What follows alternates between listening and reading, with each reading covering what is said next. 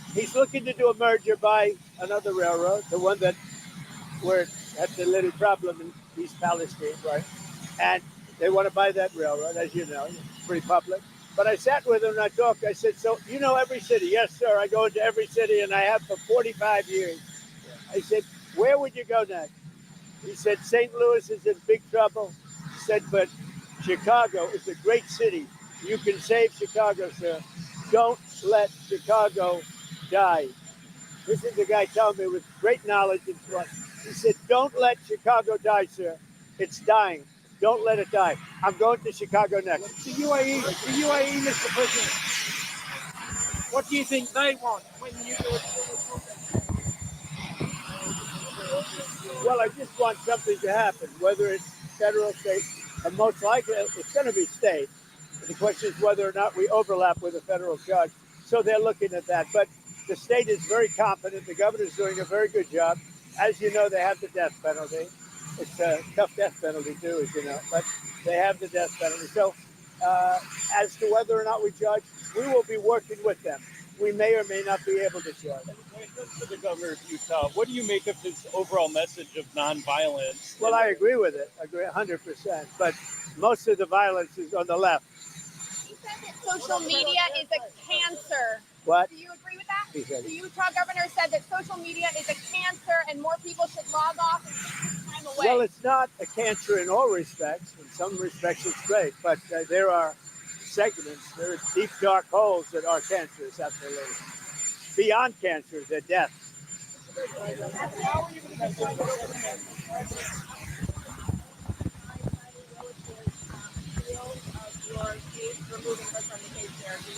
Well, that was a great decision.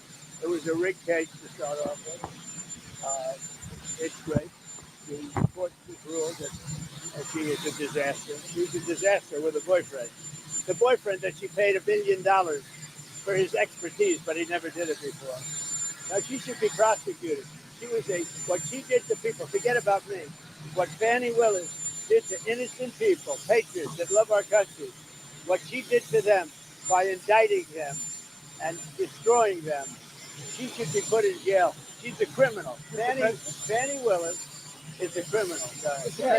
Will you apply more pressure to EU and NATO countries not to purchase Russian oil? I do, but here's the problem. You know the problem. They're purchasing Russian oil. I don't want them purchasing Russian oil, and they've got to stop immediately. It's not fair to us. They're purchasing Russian oil, and we have to, do things. Now, the nice part, it doesn't cost us anything anymore. You know that. Yeah. They are buying everything from us, unlike Biden, who gave away $350 billion. We actually make money, but I don't want to make money. You know what I want? I want that war to stop, because last week, 7,018 people got killed. Can you provide a president? Moscow was targeted today. Just now, you announced 70 patriots in Ukraine 2 months ago. Where are you from? Ukraine. Will they come, and do you know when they will come? The patriots. What? Who comes? The patriots. You announced 70 patriots to Ukraine 2 months ago. Look, let me just tell you, I love Ukraine. I love the people of Ukraine. That's why I asked. I thought that was a little Ukrainian accent, but the country's in serious trouble. It should have never happened. It's a war that should have never happened. The country's in very serious trouble, but I'm going to get it stopped. I've done seven countries. I've stopped 7 wars in the last 8 months. I thought that would have been the easiest because I know Putin, but it's not. There's tremendous hatred between Zelensky and Putin. Tremendous hatred between Zelensky and Putin. But we're going to get it stopped. How will you go to the Supreme Court to stop Mr. Trump?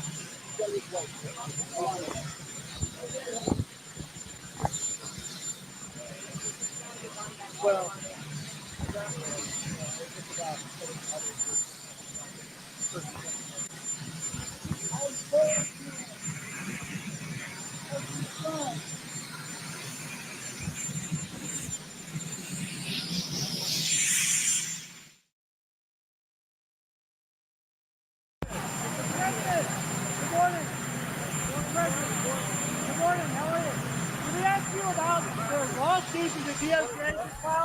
young people, they just said too much winning. Too much winning, sir. They know it. and it is a lot of winning. We had the best 6 months ever. We're now heading to Scotland. I'm meeting with the Prime Minister of UK.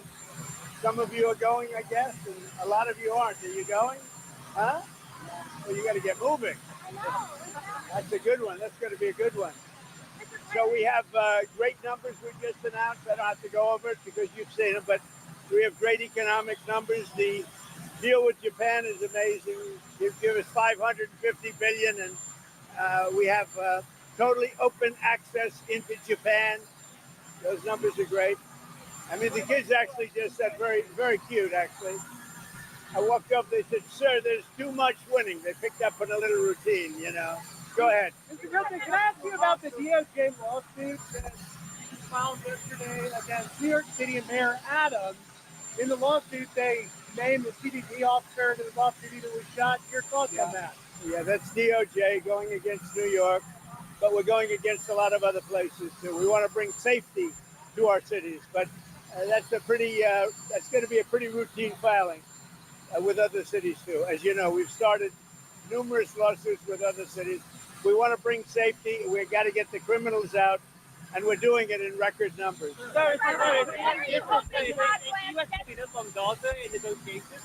Yeah, Gaza, they pulled out of Gaza. They pulled out in terms of negotiating.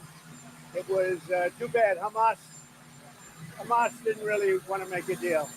I think they want to die, and it's very, very bad. And it got to be to a point where you're going to have to finish the job.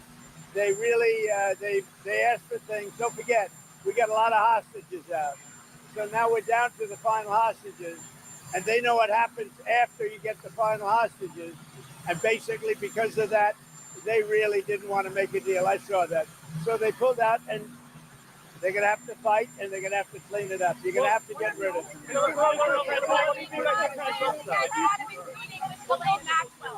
What are you hoping Todd Blanche gets out of his meetings with Ghislaine Maxwell? Well, I don't know about the meeting. I know it's taking place, and he's a fantastic man. He's a great attorney, and people should really focus on how well the country's doing, or they should focus on the fact that Barack Hussein Obama led a coup, or they should focus on the fact that Larry Summers from Harvard, that Bill Clinton, who you know very well, and lots of other friends, really close friends of Jeffrey Summers, should be spoken about. Because, you know, Jeffrey Epstein should be spoken about. And they should speak about them, because they don't talk about them. They talk about me. I have nothing to do with the guy. Are you considering will you do any business deals with the UK? Yeah, I'm going to meet with the Prime Minister right now. We're going to be over there in about 6 hours. We're meeting with the Prime Minister tonight. We're going to be talking about the trade deal that we made and maybe even improve it. Are you considering clemency for Ghislaine Maxwell, sir? Right outside the gates of the White House. Are you concerned about that? I think it's terrible, and we'll have them removed immediately. We do remove it. We've got to get the mayor to run this city properly. This city has to be run. You know, I have the right to take it over, and I think it's terrible. Where are they? Where did you see them? This right outside of on Pennsylvania Avenue. Near the Treasury. Right across the street near the Treasury. Have you heard about Todd Blanche's interview with Ghislaine? Are you still disappointed in President? Pardon or clemency for Ghislaine? Well, I don't want to talk about that. What I do want to say is that Todd is a great attorney, but you ought to be speaking about Larry Summers. You ought to be speaking about some of his friends that are hedge fund guys. They're all over the place. You ought to be speaking about Bill Clinton, who went to the island 28 times. I never went to the island. Do you maintain you did not write a letter for Jeffrey Epstein's birthday? I don't even know what they're talking about. Now, somebody could have written a letter and used my name, but that's happened a lot. All you have to do is take a look at the dossier. Tus ahorros necesitan un refugio real. Oro, plata, platino, paladio, rodio, osmio. Silver Gold Patrimonio te acompaña en la tarea de proteger tu futuro. Metales preciosos para un patrimonio inteligente. Empieza ya en silvergoldpatrimonio.com. No puede volver atrás y cambiar el principio, pero puede comenzar donde está y cambiar el final. En Luna Sevilla queremos ser su asesor financiero de referencia para mejorar su presente y su futuro patrimonial, prestando nuestros servicios como agentes de Caser Asesores Financieros. Somos una empresa con una clara apuesta por la formación de calidad, la información transparente y objetiva, y por el asesoramiento financiero personalizado y continuado. Visite nuestra web lunasevilla.es o llame al 91 762 3442.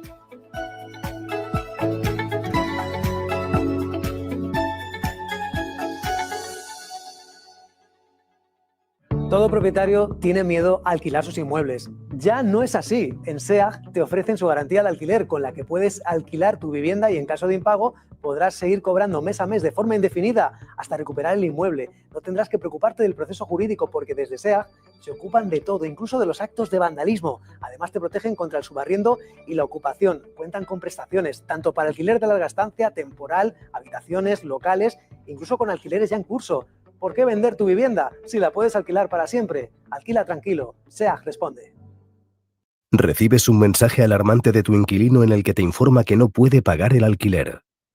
No te preocupes. SEAG está aquí para ayudarte. Nuestro equipo te asegura que recibirás tu renta a tiempo.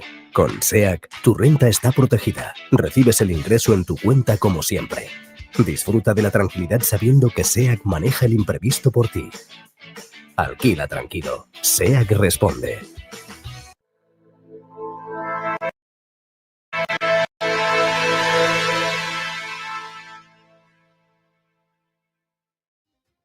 Bueno, pues muy buenas tardes. Lo prometido, como siempre, es deuda, como saben ustedes. Sean bienvenidos de nuevo a esta casa, a Negocios Televisión, donde les vamos a contar todo lo que deben saber a esta hora del día de hoy, de este martes 30 de septiembre de 2025, para que ustedes estén completamente informados y sepan qué ha pasado a nivel económico, político y geopolítico internacional. Bueno, pues lo primero de todo, vamos a ver unas imágenes curiosas y llamativas. La primera de todas ellas lo van a ver enseguida y es el pasado domingo 28 de septiembre tuvo lugar ese hecho. Un cohete Falcon 9 de SpaceX iluminó el cielo nocturno del sur de California tras lanzar 28 nuevos satélites Starlink desde la base de Vandenberg, en Estados Unidos. El momento fue captado en un vídeo desde San Diego, donde testigos confundieron el rastro del cohete con un ovni. Bueno, pues no se trataba de un ovni. En el día de hoy se han filtrado dichas imágenes donde se confirmaba que se trataba del cohete Falcon 9 SpaceX. El cohete regresó y aterrizó con éxito en el dron marino Of Course Is I Style Love You. Bueno, pues en el Pacífico, donde se encontraba. Este lanzamiento se suma, por lo tanto, al anterior del 21 de septiembre de 2025 desde Cabo Cañaveral, Florida, también con otros 28 satélites. Bueno, pues dejaba esa impactante imagen que muchas personas, muchos testigos, pensaban que se trataba de un ovni o de otra persona, de otro ser que venía del espacio hacia el planeta. Bueno, pues no, la NASA y autoridades han confirmado el día de hoy, difundir estas imágenes también, que se trataba, como les digo, del cohete Falcon 9 de SpaceX. Y de esas imágenes a otra también en Estados Unidos, porque hay alarma en los Estados Unidos de América porque 2 personas han resultado heridas en un incendio en Nueva York. Bueno, una enorme columna de humo negro ha cubierto el cielo de Nueva York al atardecer tras declararse en el día de hoy un incendio en un sitio de construcción en Brooklyn. El fuego, bueno, pues de 2 alarmas, ha empezado a sonar varias alarmas cerca del edificio. Bueno, comenzó alrededor de las 7 de la tarde y fue controlado en poco más de una hora. Ha sido controlado en menos de una hora por parte de las autoridades de los bomberos desplazados, por lo tanto, de Nueva York. Bueno, pues según medios locales, eso sí, la parte negativa es que 2 personas han resultado con heridas leves y las sirenas se escuchaban a varios kilómetros a la redonda, por lo que había un desconcierto y una alarma generalizada al no saber qué estaba pasando. Bueno, pues gente en redes sociales ha publicado dichos vídeos, imágenes como estamos viendo actualmente de esa nube densa de negra que se podía ver en los cielos de la ciudad de Nueva York en el día de hoy. Bueno, pues veremos y estaremos pendientes de cómo evoluciona el estado de salud de esas dos personas que, como les digo, han tenido que ser trasladadas al hospital más cercano de la ciudad de Nueva York, bueno, pues con heridas leves, pero vamos a estar muy pendientes de cómo evoluciona.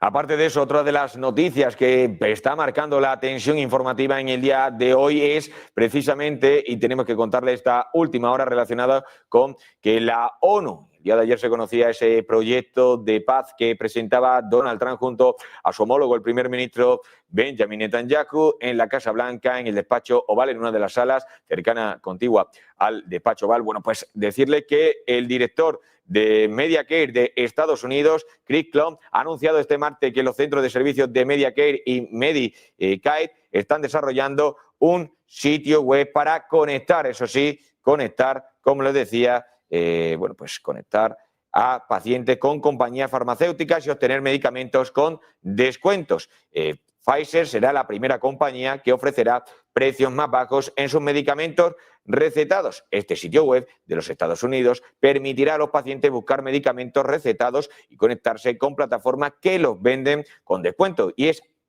parte de una iniciativa para alinear los precios de los medicamentos en dicho país, en Estados Unidos, con los de otros países desarrollados. La iniciativa podría llevar el nombre de Trump RX debido a que en el día de hoy, como ustedes saben, Donald Trump ha anunciado un acuerdo con la compañía Pfizer por un valor de 70.000 millones de dólares. Bueno, pues su objetivo, el objetivo, como les digo, de desarrollar un sitio web con descuentos en medicamentos es facilitar a los pacientes el acceso a medicamentos más económicos. Klopp añadía a la prensa que muchos precios en la plataforma serán un 80% más bajos de los actuales. Y decía, esto es gracias a la administración americana actual, es decir, a la administración del presidente Donald Trump. Aparte, eso sí, ahora vemos esa noticia que les filtrábamos hace escasos segundos y veían ustedes en pantalla, y es que el secretario general de las Naciones Unidas, Antonio Guterres, hace escasos minutos ha dado la bienvenida al plan del presidente de los Estados Unidos, Donald Trump, para la paz en la Franja de Gaza. Decía el portavoz adjunto de Guterres, Farhan Haq, en un comunicado hace escasos minutos este martes por la tarde. Decía literalmente, es crucial que todas las partes se comprometan con un acuerdo y su implementación, enfatizaba el jefe de la ONU al tiempo que elogiaba el papel de los países árabes y musulmanes en esta nueva iniciativa por la paz. Guterres también expresaba su esperanza de que la iniciativa de Donald Trump cree que las condiciones que permitan la concreción de la solución de dos estados, que podría ser, por lo tanto, reconocido el Estado de Palestina como el Estado de Israel y que ambos podrían convivir. Eso es lo que piensa y lo que opina el secretario general de las Naciones Unidas, Antonio Guterres. Sin embargo, Guterres también ha estado en que y ha insistido en que la prioridad sigue siendo aliviar el sufrimiento del pueblo palestino en Gaza y la liberación inmediata e incondicional de todos los rehenes retenidos por Hamas. Por lo tanto, la ONU que ve con buenos ojos, por lo tanto, ese proyecto de paz presentado por Donald Trump en el día de ayer junto a Benjamin Netanyahu en Estados Unidos. Y es que, como se lo veníamos contando, Donald Trump ha confirmado que podría haber un cierre del gobierno también de los Estados Unidos próximamente. El presidente de los Estados Unidos, bueno, pues ha declarado este martes ante la prensa en ese acto donde se ha anunciado que va a firmar un acuerdo importante por 70.000 millones de dólares, bueno, pues con Pfizer, con la compañía, bueno, pues que probablemente, decía Donald Trump, se producirá un cierre del gobierno, ya que continúan las disputas sobre la atención médica y el gasto en el Congreso. Señalaba también el presidente americano que tuvo una buena conversación con Schumer y Jeffrey, pero advertía, eso sí, a la prensa, que los demócratas están dispuestos a cerrar el gobierno por la atención médica, cueste lo que cueste. Bueno, espera Donald Trump revertir esa situación, aunque no solo el presidente, sino también gente de su gobierno, como en los últimos días hemos escuchado a gente relacionada a altos cargos, ya sea Caroline Levy, ya sea también, por ejemplo, a Hessen, ya sean otras autoridades del gobierno de la administración actual, bueno, pues han confirmado que podría darse ese cierre del gobierno en las próximas semanas, en los próximos meses, debido al tema de los demócratas. Bueno, pues escuchen ustedes con precisión a un Donald Trump que, lo confirmaba ante los medios de comunicación, podría darse la posibilidad de que dentro de poco de un cierre del gobierno americano. Un hecho que podría afectar, quién sabe, sí a la economía del país. Escuchen ustedes a Donald Trump. We're going to look, this is prescription, but we're going to be looking at that. We could come up and through this whole thing, you know, because I don't know, we'll probably have a shutdown because one of the things they want to do is they want to give incredible Medicare, the Cadillac Medicare to illegal. Aparte de eso, bueno, pues también contarles que el presidente de los Estados Unidos, Donald Trump, bueno, pues anunciaba un hecho importante, una noticia importante, y era que eso, permítanme, perdón, que iba a estornudar, eso sí, perdónenme, lo he podido contener. Bueno, pues contarles eso, que ha anunciado el presidente Donald Trump que este martes un acuerdo con Pfizer, la compañía farmacéutica, afirmando que este gigante del tema farmacéutico de los medicamentos invertirá 70.000 millones de dólares en fabricación e investigación en Estados Unidos, en su país. Bueno, al tiempo que reducirá también este acuerdo los precios de algunos de sus medicamentos más utilizados en territorio americano. Desde la oficina Oval, Donald Trump decía a los medios de comunicación que el acuerdo garantizará que los Estados Unidos, que su país, pague el precio más bajo hasta la fecha a nivel mundial, bajo un sistema de nación más favorecida. Por lo tanto, este suceso, este acuerdo, va a permitir y va a repercutir económicamente, positivamente, en los ciudadanos americanos. Además, también el presidente americano enfatizaba que los consumidores estadounidenses han subvencionado durante mucho tiempo los costos de investigación y de desarrollo en el extranjero y describía el nuevo plan como un paso crucial para avanzar en la sociedad. Bueno, pues escuchen ustedes a Donald Trump anunciando eso, que había llegado.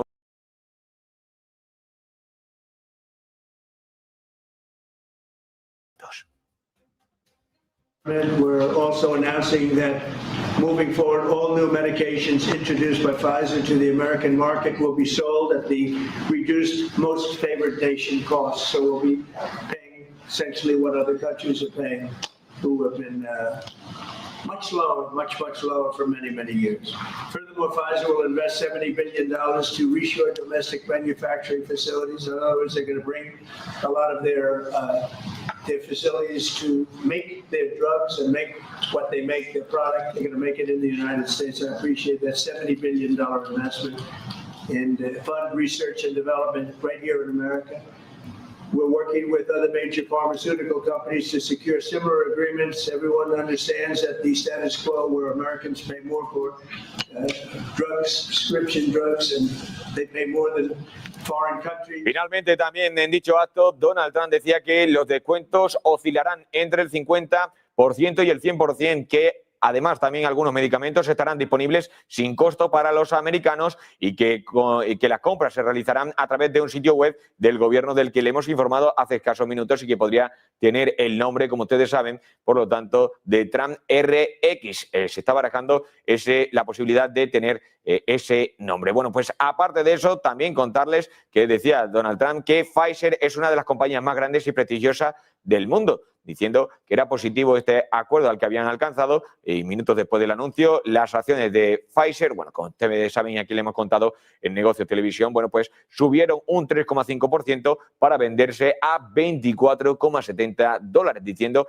es decir, todo lo que sucede, todo lo que hace a nivel político, valga la redundancia, los líderes y los políticos a nivel internacional, ya sea Donald Trump, Putin, etcétera, tienen su repercusión posteriormente en las acciones en las bolsas. Bueno, pues aparte de eso también contarles otro asunto relacionado con ese acto que ha tenido lugar hace escasos minutos en el despacho Oval relacionado con Pfizer y los medicamentos, porque el presidente de los Estados Unidos, Donald Trump, anunciaba también que impondrá aranceles a las compañías de farmacéuticas que no lleguen a un acuerdo con los Estados Unidos de América y reducirá los precios de los medicamentos. En declaraciones a la prensa en la Casa Blanca, como les decía, Donald Trump afirmaba que su administración mantendrá conversaciones con todas las farmacéuticas en el mundo. Bueno, pues y decía que lo tendrá la próxima semana para intentar cerrar nuevos acuerdos interesantes de cara a sus ciudadanos. Eso sí, decía literalmente Donald Trump, si no llegamos a un acuerdo, les aplicaremos un arancel adicional del 5%, del 6%, del 7%, del 8% o la diferencia que sea, por lo tanto, podría haber un porcentaje desde el 5%, un arancel desde el 5% hasta la diferencia que sea y que considere oportuno el gobierno republicano, el gobierno del presidente Donald Trump. Sin embargo, eso sí, también enfatizaba el presidente que espera que todo salga bien y decía también los comentarios de Donald Trump siguen a su anuncio de Pfizer, que por lo tanto invertirá 70.000 millones de dólares en Estados Unidos y con ese acuerdo reducirá los precios de sus medicamentos más utilizados en dicho país. Aparte de eso, también contarles otra noticia importante, y lo van a escuchar ustedes, y es que el presidente Donald Trump ha declarado este martes por la mañana en un acto que ha tenido lugar junto a autoridades y altos cargos del gobierno, junto también se encontraba a Peter Hegseth, bueno, pues Pete Hegseth, que se encontraba en dicho acto y que era el secretario de Estado de Seguridad del Estado de los Estados Unidos. Bueno, pues eso sí, decía precisamente Donald Trump, declaraba que, ojo a esto, Rusia y China están a la zaga de Estados Unidos en tecnología de armas nucleares, pero que estarán igualadas dentro de 5 años. Advertía, eso sí, a los líderes del gobierno, de su ejército y sobre todo a sus ciudadanos y a su gobierno. Escuchen ustedes a Donald Trump. We're 25 years ahead of Russia and China in submarines. Russia's actually second in submarines. China's third, but they're coming up. They're coming up. They're way lower in nuclear too, but in 5 years they'll be equal. Donald Trump, eso sí, afirmó que la tecnología submarina estadounidense está 25 años por delante de la de Rusia y China. Trump afirmaba que desplegó 2 submarinos nucleares más cerca de Rusia en agosto porque, ojo al motivo, Estados Unidos se sentía ligeramente amenazada y porque Moscú usó la palabra nuclear ante la prensa. Además, también Donald Trump añadía en ese acto que uno de los submarinos está al acecho, pero estoy seguro de que no tendremos que usarlo a día de hoy ni en las próximas semanas, afirmando que es totalmente indetectable de cara a los radares de otros submarinos o de otros países. Bueno, pues escuchen ustedes a Donald Trump hablando sobre el tema de reconstruir armas nucleares también. I rebuilt our nuclear, as you probably know, but we'll upgrade that also and just hope we never have to use it. We have to hope we never have. El presidente también decía y describía el martes que el país se enfrenta a lo que llamó una invasión desde dentro, advirtiendo que las amenazas internas son tan importantes como las del exterior. Escuchen de nuevo a Donald Trump hablando desde la inmigración y que están haciendo todo lo posible para acabar y reducir con esos niveles altos de inmigración hacia Estados Unidos. Bueno, pues decía precisamente eso, que están sufriendo una invasión, pero desde dentro de su país. Escúchenlo. That defending the homeland is the military's first and most important priority. That's what it is. Only in recent decades did politicians somehow come to believe that our job is to police the far reaches of Kenya and Somalia, while America is under invasion from within. We're under invasion from within. No different than a foreign enemy, but more difficult in many ways because they don't wear uniforms. At least when they're wearing a uniform, you can take them out. These people don't have uniforms. But we are under invasion from within. We're stopping it very quickly. After spending trillions of dollars defending the borders of foreign countries, with your help, we're defending the borders of our country from now on. We're not going to let this happen. Biden let people come in from prisons, mental institutions, drug dealers, murderers. Aparte de eso también, bueno, pues en dicho acto que se encontraba, como les decía antes, el secretario de Defensa del Estado de Estados Unidos, bueno, pues Pete Hegseth, que decía que había dado un discurso ante los principales generales y almirantes estadounidenses que habían asistido a una reunión en la base de Marina de Quantico, Virginia. Bueno, pues escuchen ustedes precisamente a Pete Hegseth, el secretario de Defensa de los Estados Unidos, diciendo precisamente que si quieren barba hay que ir a las fuerzas especiales, pero aquellas personas diciendo que hay que aplicarse el cuento, que hay que mejorar y profesionalizar aún más las fuerzas y el ejército americano. Escuchen ustedes esa comparativa y esa idea que tenía Hegseth. If the Secretary of War can do regular hard PT, so can every member of our joint force. If you want a beard, you can join Special Forces. If not, then shave.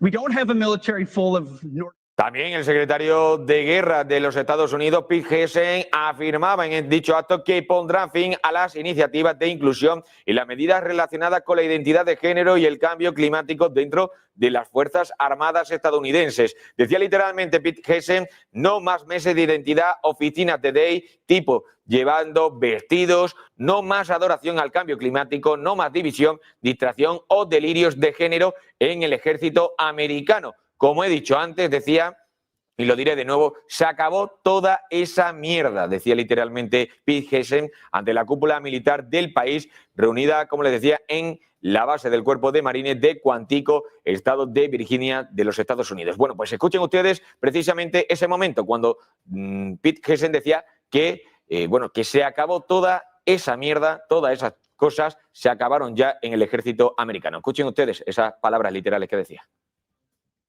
No more identity months, DEI offices, dudes in dresses. No more climate change worship. No more division, distraction, or gender delusions. No more debris. As I've said before, and will say again, we are done with that shit. Aparte de eso, también les tenemos que contar, pues que una flota de aviones cisterna KC-135 RT, Stratotankers, que de la Fuerza Aérea de Estados Unidos ha sido rastreada cruzando el Atlántico en las últimas horas, coincidiendo con las próximas reuniones militares de Donald Trump. Se informaba que alrededor de una docena de aviones cisternas se dirigían a la RAF Mindelaf, lo que sugiere una urgente necesidad de reabastecimiento militar. El movimiento evoca un despliegue previo antes de los ataques aéreos contra las instalaciones nucleares de Irán. Fuentes indican que la reunión de Trump con líderes militares, llevada en el día de hoy, podría abordar cuestiones urgentes de seguridad nacional. Esta inusual reunión, incluye a cientos de generales de diversos lugares. El momento oportuno genera preocupación, especialmente en medio de la creciente tensión en otras regiones, incluidas las actividades rusas en el mar Báltico y un gran ejercicio de la OTAN en el Mar del Norte. Por otra parte, también contarles, eso sí, miramos ahora a Israel, porque el primer ministro de dicho país, Benjamin Netanyahu, ha apoyado el plan de Donald Trump para poner fin a la guerra de Gaza. La propuesta de Trump, que se dio a conocer en el día de ayer, que según él cuenta con el respaldo de los líderes de árabes, incluye la liberación de todos los rehenes israelíes y también de la desmilitarización de Gaza.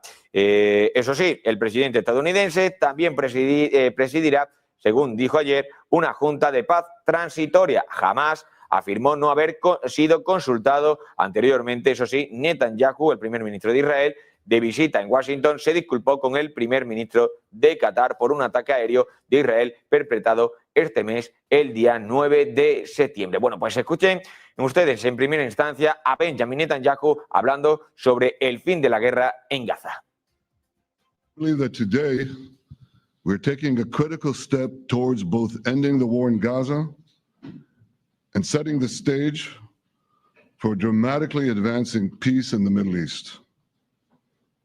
And I think beyond the Middle East, in very important Muslim countries. I support your plan to end the war in Gaza, which achieves our war aims. It will bring back to Israel all our hostages, dismantle Hamas's military capabilities, end its political rule, and ensure that Gaza never again poses a threat to Israel.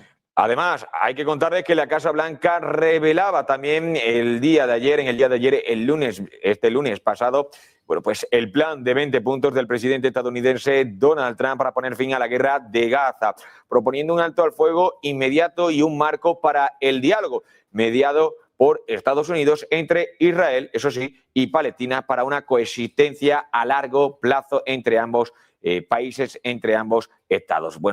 Qatar, Estados Unidos e Israel acordaron también en el día de ayer establecer un mecanismo de coordinación trilateral como parte del acuerdo. Además, también, si ambas partes aceptan esta propuesta, la guerra terminará de inmediato. Pero eso sí, Donald Trump advertía, no va a ser para nada sencillo, no va a ser para nada fácil. Escuchen ustedes al presidente de los Estados Unidos de América, Donald Trump.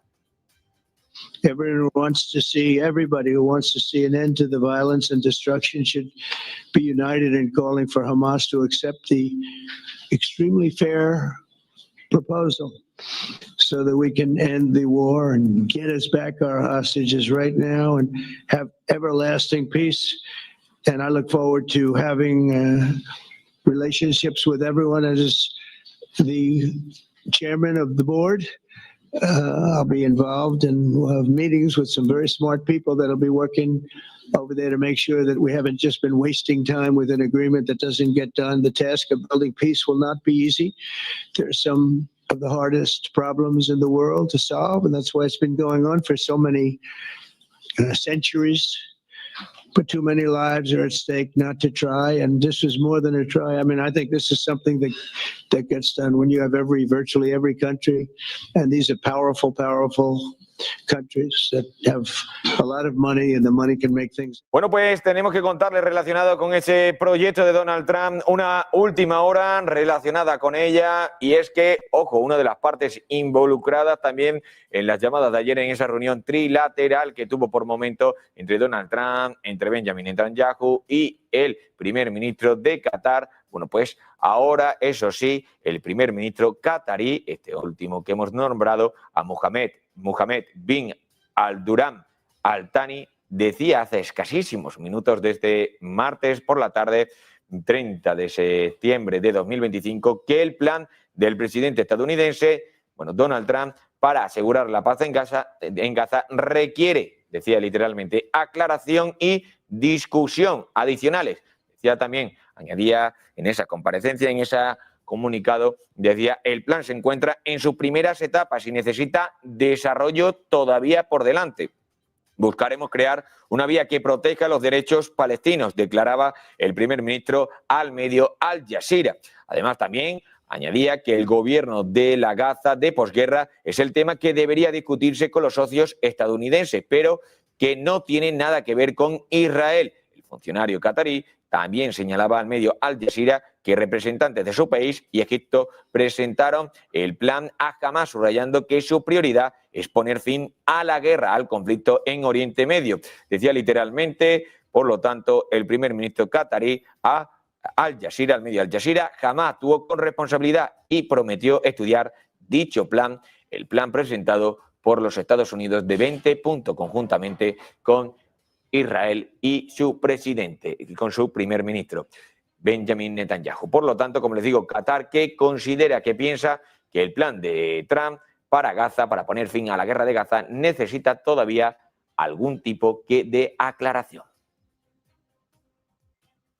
Aparte de eso, también les tenemos que contar otras noticias relacionadas con toda la resaca que se sigue hablando y que se sigue diciendo de lo que vivimos ayer por la tarde, ese hecho importante en el que se presentó un proyecto de 20 puntos para llegar a un acuerdo de paz en la zona de Gaza. Y es que les tenemos que decir que, por ejemplo, el plan de posguerra de Trump incluye la creación de un organismo internacional para gobernar la franja, que incluye al exmandatario británico Tony Blair en un cargo de liderazgo. Benjamin Netanyahu advertía en el día de hoy, de ayer, eso sí, que si jamás rechaza la propuesta de la Casa Blanca, terminará el trabajo solo, que acabará con Hamas. Escuchen ustedes lo que decía Benjamin Netanyahu. But if Hamas rejects your plan, Mr. President, or if they supposedly accept it and then basically do everything to counter it, then Israel will finish the job by itself. This can be done the easy way, or it can be done the hard way, but it will be done. We prefer the easy way, but it has to be done. A todo esto, ¿qué dicen los países, el resto de países europeos, tal? Bueno, pues contarles, eso sí, que países como, por ejemplo, Alemania y su canciller, el canciller alemán Friedrich Merz, afirmaban el día de hoy que el plan de 20 puntos para Gaza, presentado por el presidente americano Donald Trump, es decía literalmente, la mejor oportunidad para poner fin a esta guerra en Gaza. Expresaba, por lo tanto, su disposición, la disposición de su país, de Alemania, a participar en la aplicación del mismo. Y recordaba, eso sí, Mer, que ahora es Hamas la que debe aceptar el acuerdo pactado con el primer ministro de Israel, Benjamin Netanyahu. En un comunicado, el portavoz del gobierno alemán, Steve Cornelius, subrayaba también, eso sí, que el canciller alemán celebró el plan de Trump en el día de ayer cuando conocía la noticia, calificándolo de avance muy significativo el hecho de que Israel lo apoye, y destacaba que ahora es Hamas la que debe dar su consentimiento y allanar el camino hacia la paz. Mer también dio las gracias a un Donald Trump por su perseverante compromiso por la paz, al tiempo que elogió la implicación de los estados árabes en la región y de otros países musulmanes, y les agradecía su influencia sobre Hamas. Bueno, pues lo primero de todo, vean ustedes el mensaje de Starmer, quien también en el día de ayer está. Bueno, pues parece que no tenemos esos mensajes, pero sí le podemos mostrar, aparte de eso, bueno, pues contarles más noticias. Por ejemplo, contarles que Starmer decía en el día de hoy, en una rueda de prensa, en una conferencia en su partido laborista, decía Keir Starmer, el primer ministro de Gran Bretaña, que apoyaba, por lo tanto, fielmente el proyecto de Donald Trump de poner fin a la guerra en Gaza. Escuchen ustedes a Starmer. Conference, I welcome the new US initiative to bring peace to the Middle East. I strongly support efforts to end the fighting, release every hostage, and urgently scale up aid into Gaza. All sides must now come together to bring this initiative into reality, because we must restart the hope of a two-state solution, a safe and secure Israel, alongside the long-promised Palestinian state, a state that this country now recognizes. Bueno, pues con eso nos vamos a despedir, con esas declaraciones que había realizado en el día de hoy el primer ministro de Gran Bretaña, Keir Starmer, donde decía, al igual que otros países, ya sea, por ejemplo, como decíamos, Francia, Alemania, bueno, pues se han pronunciado, eso sí, sobre el tema. Incluso también Pedro Sánchez, Antonio Costa, se han pronunciado algunos países ya sobre ese proyecto propuesto por la administración Trump para poner fin a la guerra en Gaza. Bueno, pues les recuerdo, eso sí, antes de despedirnos y antes de marcharnos, bueno, pues que a las 8 de la tarde tendrá lugar, eso sí, con mi compañera Valeria Gómez, el cierre de Wall Street, que hoy seguramente, como ustedes saben y como prevén, tendrá muchas cosas y muchas novedades que contarles, sobre todo debido a los movimientos geopolíticos en el día de hoy que están haciendo cambiar y, eso sí, fluctuar las bolsas y las principales acciones. Bueno, pues nos vamos a despedir con esa noticia, con ese mensaje. Que tengan una muy buena tarde. Enseguida volvemos con En Negocios Televisión, con Valeria Gómez y el cierre de Wall Street.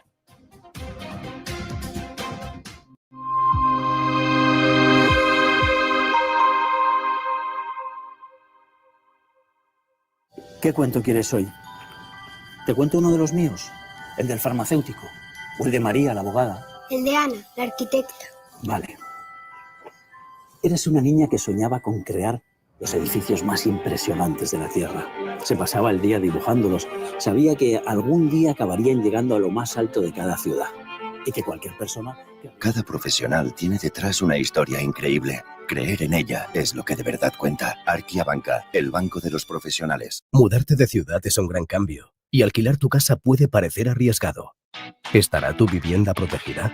Con SEAC, olvídate de preocupaciones. Nosotros garantizamos tu renta, pase lo que pase. Disfruta de tu nueva etapa con total confianza. Alquila tranquilo. SEAC responde.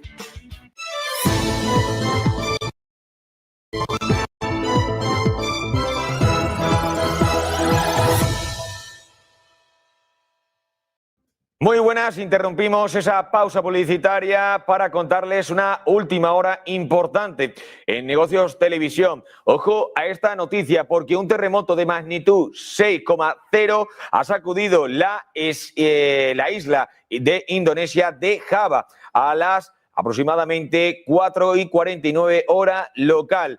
informaba este martes, hace escasos minutos, el Centro Sismológico Europeo Mediterráneo. El epicentro del sismo se ha registrado a 63 kilómetros al noreste de la aldea de Situbondo, en Java, con una población de 600.000 habitantes, y a 34 kilómetros al este-sureste de Kalianget, con una población de 23.800 habitantes. El terremoto, por lo tanto, se ha producido a una profundidad de 20 kilómetros. Eso sí, no ha habido alerta iniciales de tsunami y Java se considera el centro geográfico y económico de Indonesia. De momento no se han reportado tampoco heridos. Estaremos muy pendientes de cómo evoluciona esta información y se la haremos llegar si hay novedades aquí en Negocios Televisión. Ahora sí, volvemos a la pausa publicitaria y enseguida no se muevan porque llega el cierre de Wall Street con mi compañera Valeria Gómez.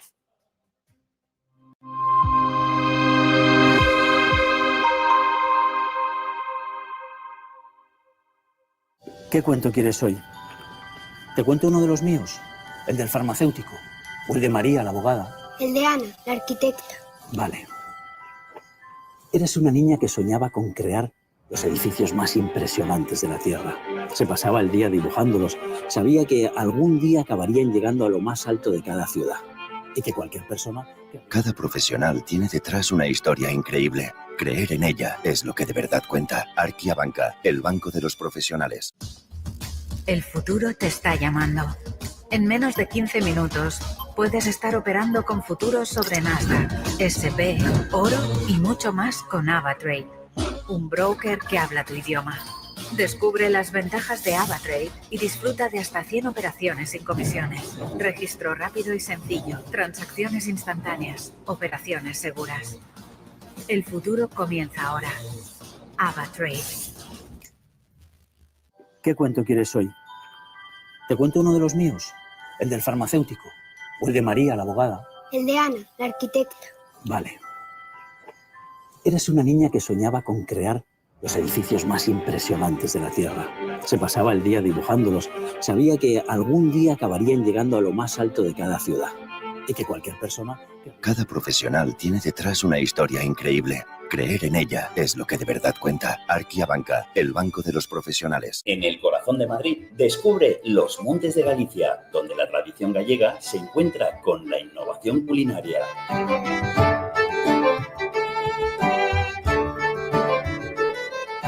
Saborea nuestros mariscos frescos, carnes jugosas y postres caseros.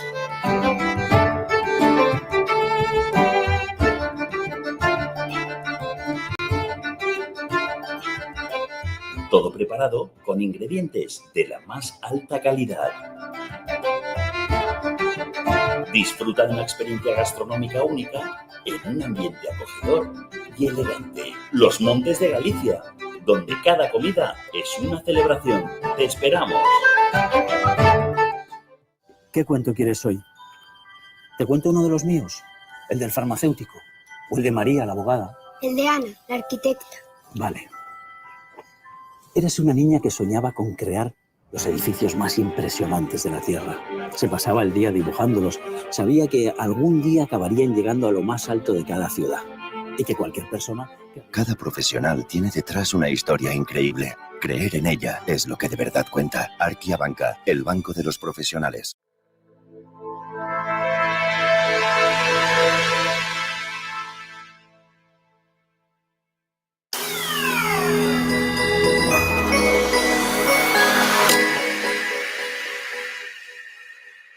Un año después, mismos problemas o peor. Y nuestra economía no va, como decía Sánchez, en un ciclo virtuoso, sino que lo que apunta Mario Draghi es que la economía europea se está desvaneciendo. Vamos a hacer el plan Draghi, el plan Draghi, el plan Draghi, el plan Draghi, lo tengo aquí guardadito en el cajón.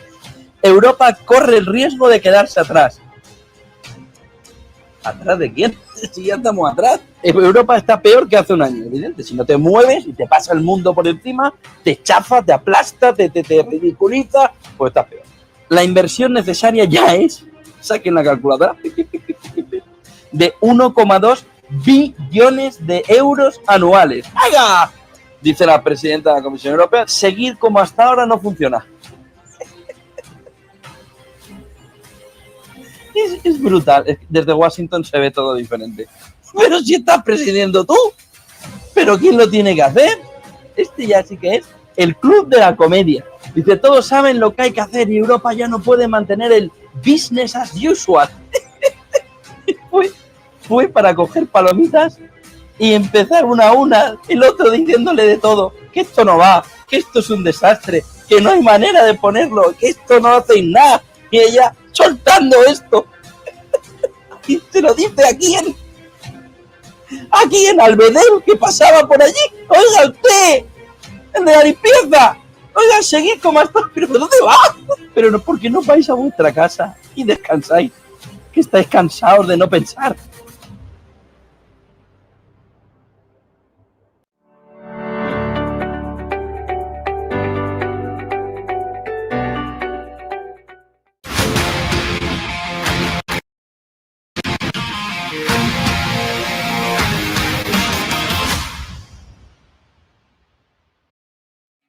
Muy buenas noches y bienvenidos al cierre de Wall Street aquí en Negocios Televisión cuando son las 8 de la tarde en una jornada en la que las acciones estadounidenses han sufrido ante esta creciente preocupación de los operadores por un posible cierre del gobierno federal que conoceremos si ocurre en el caso de que ocurra durante la noche de hoy para que afecte al día de mañana a partir del 1 de octubre. La principal inquietud, la posible demora en esa publicación de los datos económicos que son cruciales para la economía de Estados Unidos y que podrían complicar el panorama para la Reserva Federal y para sus próximos recortes de tipos que descuenta ya el mercado en Estados Unidos, que en la próxima reunión de octubre Jerome Powell vuelva a comportarse de la misma manera que ha hecho en septiembre y recorte los tipos en 25 puntos básicos. Bueno, pues datos que ahora mismo están en la mira al no saber si se va a producir ese cierre del gobierno o si se mantendrá estable como hasta ahora. Bueno, pues el Standard & Poor's 500, vamos a ir a mirar a él dentro de poco,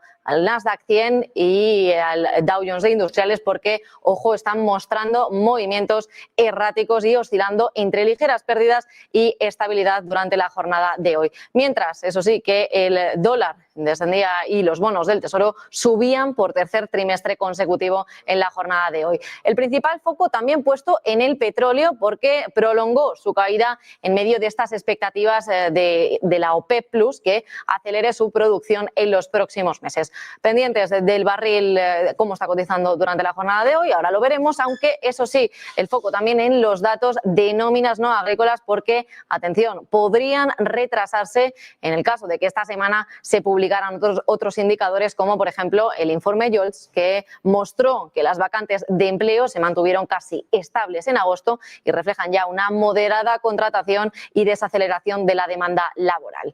Bueno, pues en el caso de que el gobierno se detenga, muchas operaciones federales se paralizarán y la Oficina de Estadística Laboral no podrán publicar sus informaciones claves, incluyendo también esos datos de las nóminas durante la jornada del viernes, que se esperaba esa publicación de datos y que no sabemos al final qué ocurrirá, expectantes a ver qué ocurre con ese cierre del gobierno, que por cierto, Donald Trump ha dicho que lo baraja. Escucharemos sus palabras durante la jornada de hoy y atención también porque tendremos a los mejores expertos en mercados, analistas también que podrán analizar esa situación del posible cierre del gobierno en Estados Unidos. Nosotros, acompáñeme a ver cómo se están comportando los principales índices de renta variable en el mercado de Wall Street en Estados Unidos cuando son ahora mismo las 8 de la tarde hora central europea. Mirando al Standard & Poor's 500, caídas del 0,16% para este índice que parecía que tenía ese tono verde en la semana pasada, pero que ahora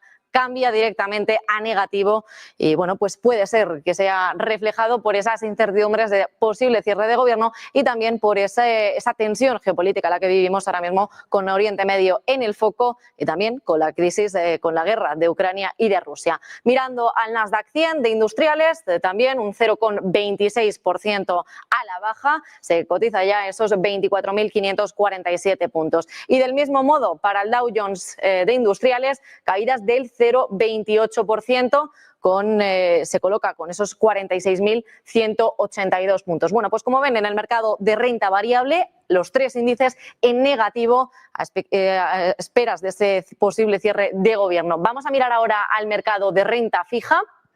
porque del mismo comportamiento, del mismo modo se están comportando estos bonos a 2 años con caídas del 0,63%. Este parece al que más le ha afectado esta incertidumbre ahora mismo en Estados Unidos y se coloca en esos 3,60 puntos. Mirando al bono a 10 años, caídas un poquito más ligeras del 0,10% y se coloca en esos 4,13 puntos. Y eso sí, el bono a 30 años que parece el largo plazo no haberle afectado de momento esta incertidumbre y está en positivo con una subida del 0,30%, colocándose en esos 4,72 puntos. Bueno, y ahora sí, vamos a mirar al que ha sido el principal protagonista durante la semana pasada, el oro. Esa materia prima que cotizaba al alza y que marcaba esos récords históricos durante la semana anterior y durante la jornada de ayer, superando los 3.800. Vemos ahora cómo continúa sus ganancias con un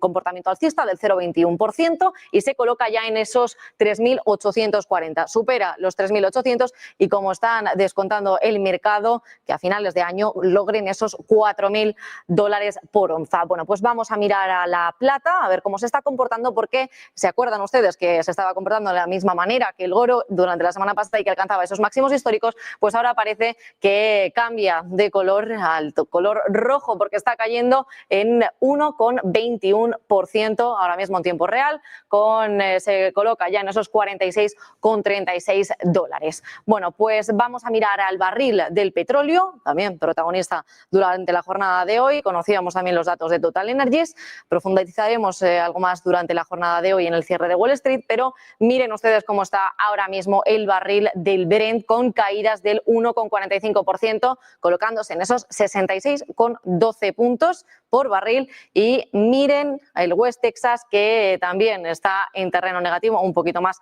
que el Brent, con caídas del 2,69%. Se colocan esos 65,54 puntos. Bueno, pues dejando de lado estas materias primas, vamos a poner el foco en el principal protagonista, Nvidia, en inteligencia artificial. Esos posibles acuerdos que, por cierto, según ha dicho Donald Trump, le gustaría que pudiera tener participaciones de todas las empresas a las que les va bien ahora mismo en el mercado. Que, por cierto, Nvidia con ganancias del 2,23% se coloca en esos 185 puntos. Mirando a Google, es así, cambia de color y se queda con caídas del 1,22%, colocándose en esos 241 puntos. Vamos a mirar a Microsoft antes de mirar a Tesla, porque también era protagonista durante la jornada de hoy y miren por qué está con terreno positivo, con una subida algo más moderada del 0,04% y se coloca en los 514 puntos. Mirando a la empresa de la manzana, a Apple, con caídas ahora mismo en su mercado del 0,33%, tiempo real, y se coloca en esos 253 puntos. Y Tesla, que también ha sido un protagonista durante la jornada de hoy, con esas noticias que nos llegaban de Elon Musk y que, por cierto, durante la jornada de ayer alcanzaba máximos, pero miren cómo está ahora, cayendo un 0,85% y colocándose en esos 439 puntos. Bueno, pues esto ha sido por el mercado de Wall Street, ahora mismo cómo se está comportando. Nosotros continuaremos poniendo la mirada al mercado, eso sí, vamos a actualizarles con las noticias de última hora que nos llegan ahora mismo a la redacción, porque atención a Lufthansa, también tendremos el foco puesto durante la jornada de hoy porque está cayendo un 7% ante una posible huelga de pilotos. Las acciones del grupo de aviación alemán Deutsche Lufthansa cayeron más de un 7%, pueden ver ustedes en tiempo real, ahora mismo siendo las 8:08 de la tarde, con una caída del supera esas caídas del 7% y se coloca con caídas de más del 7,14% durante la jornada de hoy. Eso ha sido después de que los pilotos de la compañía votaran a favor de una huelga durante este mismo día, lo que podría llevar a la aerolínea a una posible huelga y que se queden paralizados los vuelos de esta compañía. El sindicato de pilotos no ha revelado el cronograma de la medida propuesta, pero sí que ha confirmado que la mayoría de los pilotos han votado a a favor de esta huelga después de haber llevado 7 rondas de negociaciones fallidas.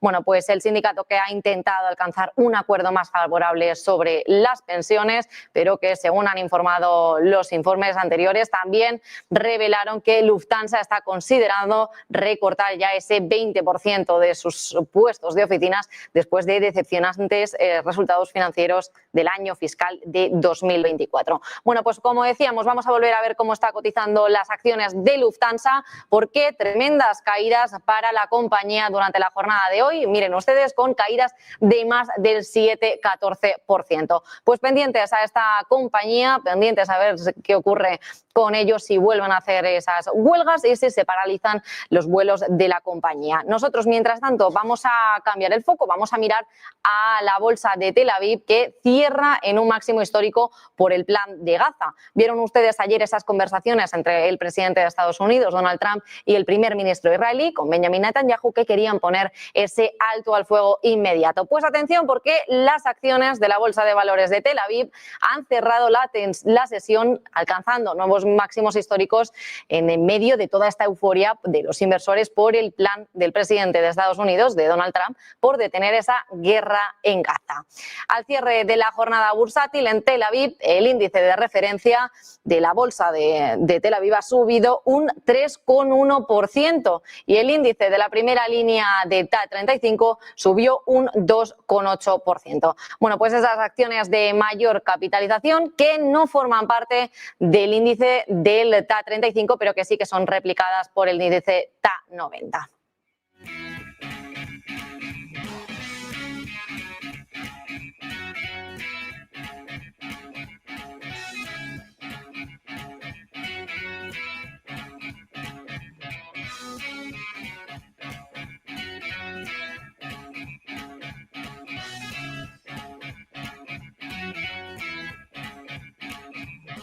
Bueno, pues nosotros ahora vamos a analizar esta situación, ese posible cierre del gobierno de Estados Unidos. Tenemos para ello al invitado Enrique Calvet. Buenas noches, Enrique. Muy buenas noches, ¿cómo está usted? Un placer tenerle otra vez de nuevo por aquí, por Negocios Televisión. Quería preguntarle, estamos viendo ahora mismo la falta del acuerdo con los demócratas acerca de los presupuestos, que bueno, pues reaviva ese fantasma del cierre del gobierno, el posible cierre del gobierno de Estados Unidos. ¿Qué efectos inmediatos podría tener ese cierre sobre el crecimiento económico de Estados Unidos, Enrique? Hombre, inmediatos, pues, coyunturalmente, la coyuntura o bien en las bolsas, pues, hombre, se puede esperar una reacción negativa, pero no me parece, primero no me parece nuevo para los Estados Unidos, no recuerdo ya cuántos años hace, pero otro presidente, no sé si fue Obama, incluso se encontró con una misma situación. Afortunadamente los presupuestos son muy importantes en las democracias bien organizadas e incluso tienen previsto que cuando no se logran alcanzar, pues hay castigo democrático al asunto. Entonces, bien, en Estados Unidos se sabe que eso obliga inmediatamente cuando no tiene fondos el gobierno para pagar a sus funcionarios y, por lo tanto, salvo evidentemente toda una serie de situaciones excepcionales, el ejército, etcétera, pues, pero toda una serie de situaciones puramente administrativas, en principio se deben paralizar y además se despide a los funcionarios. Eso ya ha sucedido otras veces. Yo creo que forma más bien parte de una, ¿cómo diría? No voy a decir un rito, pero en francés se dice un bras de fer, es decir, como un pulso, exacto, como un pulso entre los dos partidos, el republicano que está en el gobierno, el demócrata, que fuerzan, y más con la personalidad de Trump, la negociación hasta el final, y con órdagos y demás ardides del póker. A medio plazo, honradamente, no veo ninguna repercusión muy seria sobre la dinámica de la economía americana. Esto yo creo que es una cosa bastante coyuntural, porque evidentemente ninguno de los poderes fácticos de Estados Unidos están porque se tiene un tiro en el pie de manera tan tonta, solo por diferencias partidistas. ¿Cuánto podría restar al PIB estadounidense un cierre de una o varias semanas en Estados Unidos ahora mismo? Restar en el PIB. Yo, como mi buen amigo García Valdecasas, desgraciadamente hemos nacido sin bola de cristal, pero yo haría la medida en un poquito más de medio plazo, es decir, cuánto puede parecer que va a restar en unas semanas y cuánto puede relanzar en la semana subsiguiente y cuánto puede relanzar cosas tan importantes como el plan sobre Gaza y tal. Pero vamos, de alguna... Es decir, por ejemplo, la política de aranceles, y Trump lo sabe, que ha lanzado, está quitando ya más décimas que esta circunstancia. Evidentemente, si esta circunstancia es lo que termina, de verdad, o sea, realmente han perdido el sano juicio los negociadores y perdurará 6 meses, etcétera, bueno, pues entonces ya, pero es que estaríamos en una situación, no voy a decir de guerra civil, pero de guerra civil larvada o de guerra civil no militar, lo cual no es propio de Estados Unidos, de un negociador como Trump, fulero pero efectivo y que consigue resultados. Por lo cual, yo no me preocuparía mucho por las décimas del PIB. Y las bolsas y los inversores o especuladores jugarán a corto plazo y de estos ríos revueltos también sacan beneficio. No, me parece más... el ruido que las nueces en este caso. Por ejemplo, me parece muchísimo más importante para el crecimiento incluso mundial y para lo que hasta ahora parece un gran acierto, que es el plan de Gaza, ¿no? Enrique, y la última pregunta de manera breve. ¿Podría impactar estos datos de empleo y la tasa de paro si el cierre se prolonga? Sí, hombre, eso sí, porque como le he dicho, hay despidos en lo que podríamos llamar en el funcionariado que no está, ¿verdad? En los empleados públicos americanos, que son automáticos, forzados por ley, porque tiene que cerrar dependencias, porque ya no hay presupuesto para pagarlos, etcétera. La historia demuestra, porque esto, como he dicho, ha sucedido otras veces, que son automáticamente readmitidos cuando se normaliza la situación. Pero claro, pues hay un periodo en que evidentemente de pronto hay un número nada desdeñable de personas que van al paro. En Estados Unidos, como se sabe, el secreto es que tan rápido como se va al paro mucha gente pues se vuelve a encontrar trabajo, ¿no? O sea, que también las reincorporaciones son ágiles. Pero evidentemente habría un episodio en el que las tasas de empleo, las tasas de desempleo aumentarían.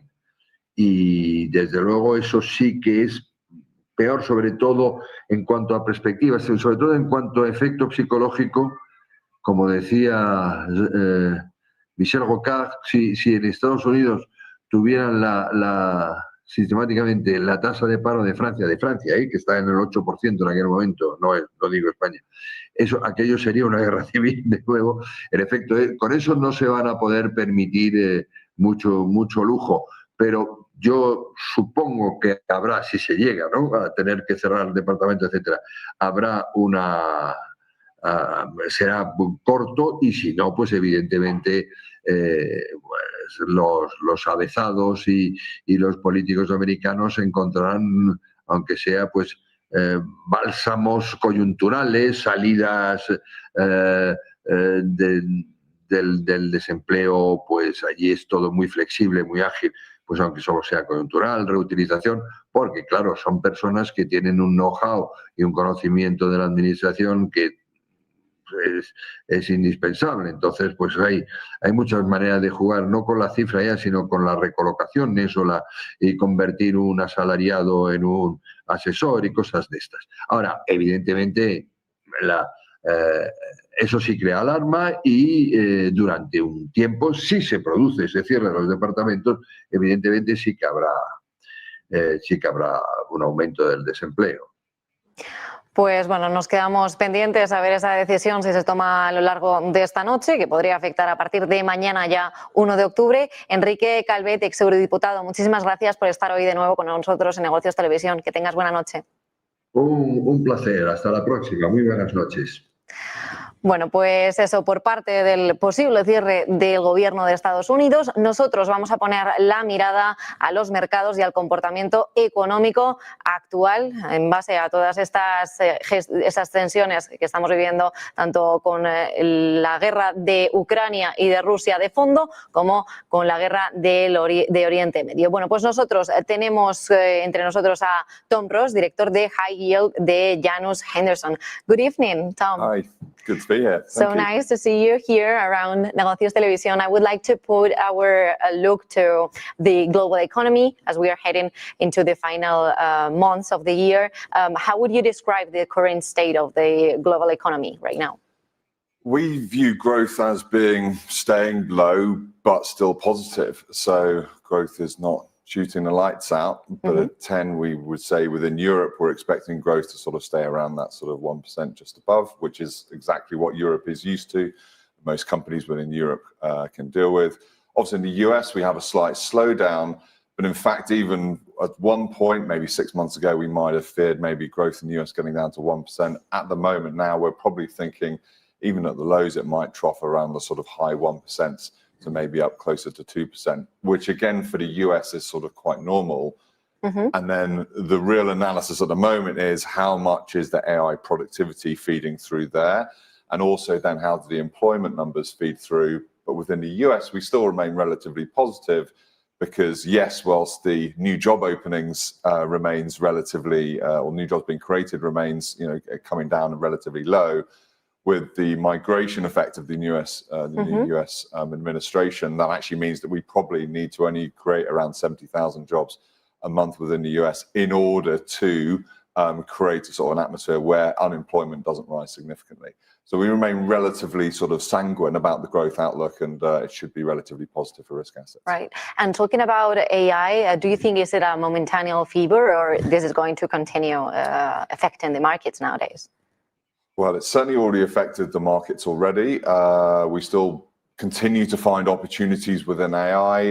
Recently within, I say with the leverage market, we've just found out about the big LBO potentially of Electronic Arts. And again, AI is playing a big part in terms of how they're working on the valuations there.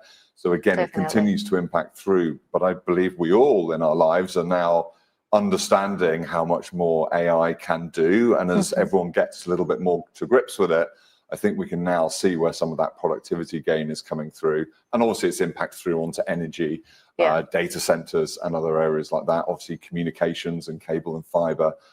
It's having a small positive effect at the moment on a number of different industries, which is then compounding. And again, we don't know how great that positive impact might be. Very important in the markets, the AI nowadays. And I wanted to ask you, what are the biggest risks to the global outlook? Inflation, geopolitics, or something else right now? Geopolitics will always be with us. It really tends to impact markets when it either affects either the growth or the inflation. That was why Russia-Ukraine was so significant, because of its impact upon inflation, upon the markets. So generally we would say geopolitics, we have to constantly keep an eye on there, but probably wouldn't be one of the bigger risks we would see at the moment. Growth now we believe is probably less of a risk, although we'll have to continue to monitor how, as you say, the employment figures come through. So now we would say probably the biggest risk is probably back on the inflation side, but it's more of a view that where a slowdown in growth would be more of a short-term issue. Again, we feel that is less now. Rising inflation is more of a long-term issue, in part because it's the cure to inflation, central bank tightening, which causes the impact upon markets and upon growth. So again, it's almost a second order effect. Again, we haven't seen any significant pickup in inflation yet from everything that's happening within the market. So I think this will be something we're talking about over the next 18, 24 months. Right. And it would be the big risk out there. As we say at the moment, we're not seeing the evidence of that to give us too much cause for concern. Do you think the next decision of the Federal Reserve will affect the markets next months? Well, we believe we'll probably get another 2 cuts towards the end of the year. And actually then we would probably expect, given our growth outlook, actually then they might even potentially be on hold. But again, it's a situation, if we were to be wrong upon that call, and let's say growth goes down further, then there's the ability for the Federal Reserve to cut more. Again, even the ECB is probably on hold for now, but if we do see any economic downturn, again, there's that comfort blanket, as it were, that we could see further cuts. So yes, a little bit within the short term, and again, we think then they could possibly be on hold, but at levels that actually would be probably fine for most risk assets and full spread products. We will see what happens. But in this uncertain environment, which asset classes or regions look most attractive for investors right now? So we at Janus Henderson have a strong team globally that are looking at all of the different asset classes, and especially within fixed income. We would say within asset classes at the moment, we're tending to find better valuations within some of the more securitized fixed income assets, areas like CLOs, like securitized. Whereas corporate spreads are now actually relatively quite tight. From a regional perspective, we have interesting situations where within high yield, we have high yield spreads wider than European spreads. Whereas let's take the leveraged loan market, actually you see wider spreads within Europe relative to the US. So again, there's different areas that we can play there as an active manager in terms of finding those opportunities. What's really interesting is then the opportunities, though, within each of the markets. So much of the high yield market is trading at relatively tight levels. There's been a huge amount of demand. But in fact, actually, when you look under the hood, there's still a number of companies, especially some of the more cyclical companies, again, in this low growth environment, that still have quite wide spreads. And selectively, we believe there's actually some really great opportunities there if you do the right bottom-up analysis on those companies. Right. And do you see equities continuing to perform, or this is more a fixed income moment right now? I guess within equities, in fact, a lot of the outperformance has come from very few names, and it's been within AI and tech and areas like that. When we consider high yield, we're considering more akin type of equity markets, let's say the Russell 2000 in the US, which hasn't seen the same sort of level of outperformance as you might have seen within the S&P 500. More broadly, and we're thinking, we believe this is what investors are generally tending to look at the moment, is that the all-in yield available across fixed income is attractive. We're back to having those negative correlations between between fixed income markets and equities. So that's making it really attractive for investors to then bolster their fixed income allocations. And we're really working together with clients to help them make all of their portfolios work harder for them, to ensure they're in the right parts of fixed income, so they're in the right individual names to really make their portfolios work harder for them in a time when, yes, yields are attractive, but spreads might not be quite as attractive as investors might like. What could be an advice for an investor right now from your point of view? Well, I think we have to go back to the basics of investing. Be a long-term investor, stay diversified. And as we say, it's really about making those portfolios work really hard for you. So finding managers that are going to find those individual securities that are going to be able to outperform. As we say, there's a huge number of opportunities within there. As we see, keep that diversification across the different asset classes, because there are pockets of value, as we say, within CLOs, within securitized, even if corporate spreads are at levels that most investors are finding quite tight right now. Tom, as a last question, I was going to ask you, how should investors position in portfolios for both resilience and upside? Resilience and upside. So when we tend to consider resilience, we will consider effectively spread per unit of risk. So again, this is a period where, as we've stated, our view is that growth should be generally okay. Inflation might be a concern further out, but there could also always be something that trips the market up that we don't expect. And so therefore ensuring that your portfolio has a good level of carry, but also has that downside protection in asset classes that have we say, more spread per unit of risk. That still then provides that decent level of income and spread that is the upside that's potentially there, but also would providing that resilience in case we see something in the market. There's always something that can come out that we don't expect, and yet we still have those resilience within those portfolios. Thank you so much for all these advices, Tom Ross, Director of High Yield of Janus Henderson. Thank you for being with us tonight. It's been a pleasure. And esto ha sido todo por hoy con esta entrevista de Tom Ross, director de High Yield de Janus Henderson. Nosotros vamos a hacer una breve pausa publicitaria y enseguida volvemos con los sonidos más destacados del día con mi compañero Enrique Castilla.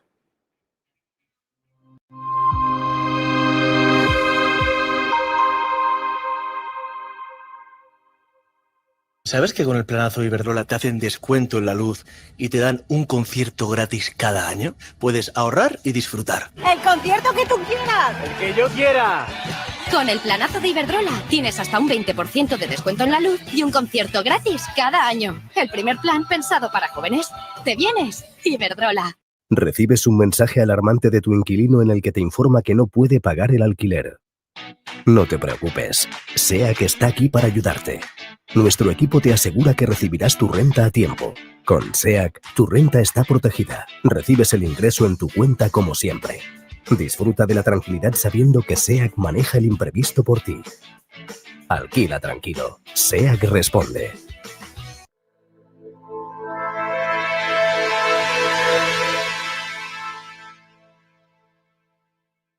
¿Cómo que no hay que desregular? Sí que hay que desregular.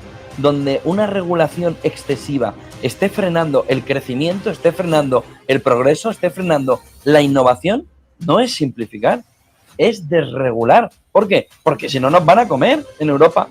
Aquí los estadounidenses, los chinos, los mexicanos, los egipcios y todo que pille por el camino. Esto ayuda a que la innovación tome un camino seguro y prospere. No, si no hay innovación, ni prospera, no hay camino. No hay camino seguro, no hay camino, no hay nada.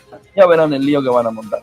Van a hacernos un trampantojo espectacular para decirnos que todo ha cambiado cuando en realidad nada ha cambiado. Y además nos lo está diciendo directamente a la cara. Es desregular. ¿Por qué?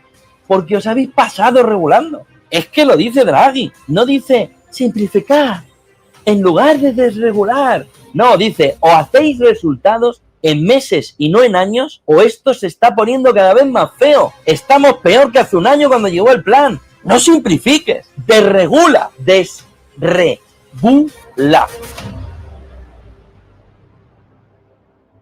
Un año después, los mismos problemas o peor. Y nuestra economía no va, como decía Sánchez, en un ciclo virtuoso, sino que lo que apunta Mario Draghi es que la economía europea se está desvaneciendo. Vamos a hacer el plan Draghi, el plan Draghi lo tengo aquí guardadito en el cajón. Europa corre el riesgo de quedarse atrás. ¿Atrás de quién? Si ya estamos atrás. Europa está peor que hace un año, evidente. Si no te mueves y te pasa el mundo por encima, te chafa, te aplasta, te ridiculiza, pues estás peor. La inversión necesaria ya es, saquen la calculadora, de 1,2 billones de euros anuales. ¡Venga! Dice la presidenta de la Comisión Europea, seguir como hasta ahora no funciona. Es brutal. Desde Washington se ve todo diferente. Pero si estás presidiendo tú. ¿Pero quién lo tiene que hacer? Este ya sí que es el club de la comedia. Dice, todos saben lo que hay que hacer y Europa ya no puede mantener el business as usual. Fue para coger palomitas y empezar una a una, el otro diciéndole de todo, que esto no va, que esto es un desastre, que no hay manera de ponerlo, que esto no hace nada, y ella soltando esto. Y te lo dice aquí en Albedel, que pasaba por allí. Oiga, usted, el de la limpieza, oiga, seguid como hasta, pero ¿dónde va? Pero no, ¿por qué no vais a vuestra casa y descansáis? Que estáis cansados de no pensar.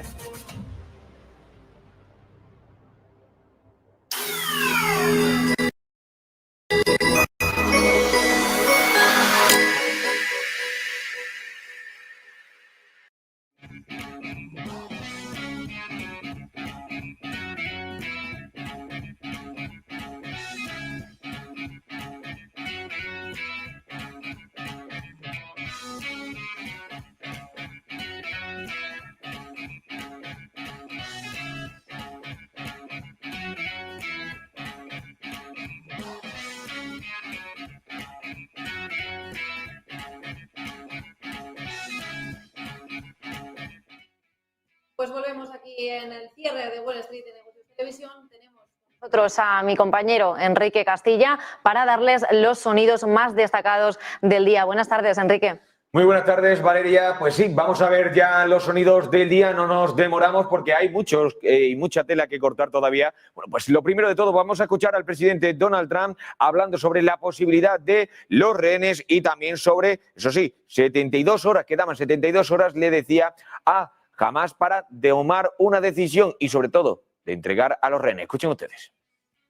But if accepted by Hamas, this proposal calls for the release of all remaining hostages immediately, but in no case more than 72 hours. So the hostages are coming back. But the hostages back, and it means the immediate end to the war itself, not just Gaza. It's the war. Sí, además, Enrique, el presidente que propone la creación de un organismo internacional al que lo llama Junta de la Paz, que él mismo estaría dispuesto a encabezar. Vamos a escucharle. To ensure the success of this effort, my plan calls for the creation of a new international oversight body, the Board of Peace, we call it, the Board of Peace, sort of a beautiful name, the Board of Peace, which will be headed, not at my request, believe me, I'm very busy, but we have to make sure this works. The leaders of the Arab world and Israel and everybody involved asked me to do this, so it would be headed by a gentleman known as President Donald J. Trump of the United States. That's what I want, is some extra work to do, but it's so important that I'm willing to do it, and we'll do it right, and we're going to put leaders from other countries on, and leaders that are very distinguished leaders, and we'll have a board, and one of the people that wants to be on the board is the UK former Prime Minister, Tony Blair, good man, very good man, and some others, and they'll be named over the next. Por otra parte, también, Valeria, Donald Trump, el presidente de los Estados Unidos de América, bueno, pues que ha fijado, eso sí, un plazo. Jamás tendría solo 3 o 4 días para responder. Escuchen ustedes. Well, we're going to do about 3 or 4 days. We'll see how it is. All of the Arab countries are signed up. The Muslim countries all signed up. Israel's all signed up. We're just waiting for Hamas. And Hamas is either going to be doing it or not. And if it's not, it's going to be a very sad end. La ONU, por su parte, se muestra abierta a apoyar cualquier iniciativa de mediación que acerque a ese cese al fuego y que permita asistencia humanitaria. Vamos a escuchar. We are also continuing to be in touch with the parties, with the various parties about the peace efforts. Indeed, we welcome all the mediation efforts, and of course, we stand ready to support any peace plan with everything we can do, including the provision of humanitarian. En Reino Unido, bueno, pues el primer ministro de dicho país, Keir Starmer, que apoya, como ustedes saben, y lo ha dicho, lo ha vuelto a decir ayer en un mensaje de Twitter, hoy lo ponía y lo decía a viva voz ante la prensa, bueno, decía que él apoya ese proyecto de paz presentado por Estados Unidos en Gaza. Escúchenlo. In conference, I welcome the new US initiative to bring peace to the Middle East. I strongly support efforts to end the fighting, release every hostage, and urgently scale up aid into Gaza. All sides must now come together to bring this initiative into reality, because we must restart the hope of a two-state solution, a safe and secure Israel, alongside the long-promised Palestinian state, a state that this country now recognizes. Y por cierto que desde Qatar confirman que jamás estudia la propuesta de Donald Trump con Egipto y Turquía, también implicados en estas conversaciones. Escuchemos. قامت دولة قطر وجمهورية مصر العربية يوم أمس من خلال الاجتماعات التي جرت هنا في الدوحة مع الوفد التفاوضي من حركة حماس بتسليم الخطة، وقد وعد الوفد التفاوضي بدراستها بمسؤولية، وهو الأمر الذي يتم الآن. وحتى اليوم أيضا سيكون هناك اجتماع آخر بحضور الجانب التركي كذلك مع الوفد التفاوضي، كل ذلك هو بهدف التشاور حول هذه الخطة و الدفع باتجاه كما قلنا نهاية هذه الحرب من خلال هذه. Aparte de eso, también ahora vamos a mirar, Valeria, al tema del conflicto de Ucrania, porque en las últimas horas ha hablado el presidente de Rusia, Vladimir Putin, que ha dicho que recuerda la anexión de Donetsk y también de Luhansk, y asegura que Rusia, bueno, pues decía que libra una justa batalla para defender dicha decisión. Escúchenlo. 3 года назад на референдумах в Донбассе и Новороссии миллионы наших соотечественников самостоятельно и свободно определили свое будущее. Сделали реальностью мечту, с которой жили долгие годы. Приняли важнейшее, судьбоносное решение – быть со своим Отечеством, с Россией. Сегодня, защищая этот выбор, поднимаются в атаку наши бойцы и командиры. Ведет праведную битву и трудится вся страна, вся Россия. Вместе мы защищаем нашу любовь к Родине и единство исторической судьбы. Сражаемся. Y atención al canciller ruso Sergei Lavrov, que comenta el debate en Europa sobre la entrega de misiles a Ucrania. Vamos a escucharle. Результат, прежде всего, давления Европы на Вашингтон. И Вашингтон хочет показать, что он учитывает мнение своих союзников. Я не думаю, что мы уже имеем дело с принятым решением. Томагавки американцы далеко не всем поставляют. Из европейцев, если я не ошибаюсь, в Испанию и в Нидерланды. Остальным как-то остерегаются. И если они считают, что Украина – это ответственная держава, которая будет ими ответственно пользоваться, то... Mientras tanto, también desde el Kremlin se habla del uso de drones en el conflicto. Escuchémoslo. Сальдо, он, значит, заявил, что в случае проведения референдумов о воссоединении с Россией в Одессе и Николаеве местные жители приняли бы решение войти в состав Российской Федерации. Как бы вы прокомментировали? Безусловно, безусловно, в Одессе и в Николаеве есть много тех, кто, конечно же, хотел бы связать свою судьбу с Россией. Сейчас эти люди вряд ли смогут возвысить свой голос в пользу этого. Это просто опасно для жизни. Вот, наверное, все, что можно сказать. Фон дер Ляйен заявила, что Еврокомиссия предложит меры по созданию стены дронов на восточном фланге Европы. Как Москва оценивает эту инициативу? Как Россия будет отвечать? Может быть, Россия создаст свою стену дронов? Во-первых, создание стен это всегда плохо, как показывает история. И весьма и весьма печально. Y Enrique, atención porque Ursula von der Leyen propone un muro antidrones en el flanco oriental. Vamos a escucharle. First is we are increasing the economic pressure on Russia. The sanctions are working. If you look at Russia's GDP last year in 2024, it was 4.3%. Now it's projected to go down to 0.9% in 2025. So we need to increase the pressure. And to this end, we have proposed a new sanctions package with robust measures on energy, financial services and trade. Most important, one key element is the prohibition of LNG imports from Russia to the European Union. Por su parte, Mark Rutte, secretario general de la OTAN, bueno, que respalda la idea y pide soluciones más efectivas frente a drones baratos. Escuchen ustedes a Mark Rutte, el secretario general de la OTAN.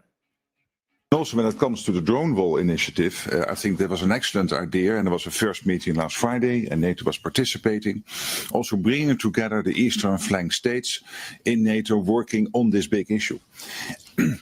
And why is that important? Because first of all, we have to keep our skies safe. And we have seen over the last couple of weeks what happened with the drones in Poland, the MiG-31s in Estonia, but also what is happening now in Denmark. In Denmark, we are still assessing what is behind it.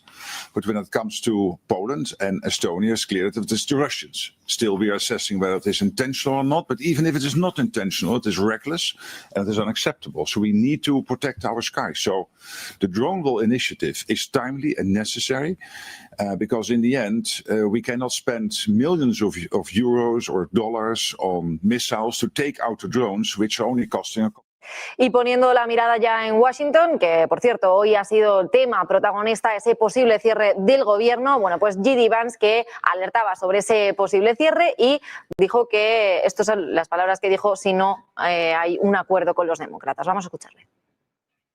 We just had a very frank conversation with the Senate and House Democratic leadership. Look, the principle at stake here is very simple. We have disagreements about tax policy, but you don't shut that government down. We have disagreements about healthcare policy, but you don't shut the government down. You don't use your policy disagreements as leverage to not pay our troops, to not have essential services of government actually function. I think we're headed to a shutdown because the Democrats won't do the right thing. I hope they change their mind, but we're going to...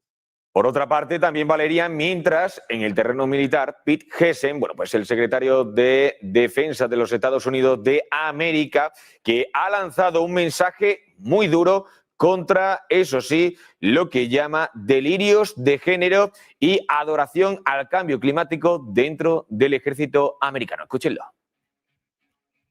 No more identity months, DEI offices, dudes in dresses. No more climate change worship. No more division, distraction, or gender delusions. No more debris. As I've said before, and will say again, we are done with that shit. Bueno, pues en paralelo, Hegseth que anuncia cambios en la formación y dice que menos burocracia y más entrenamiento real en el campo.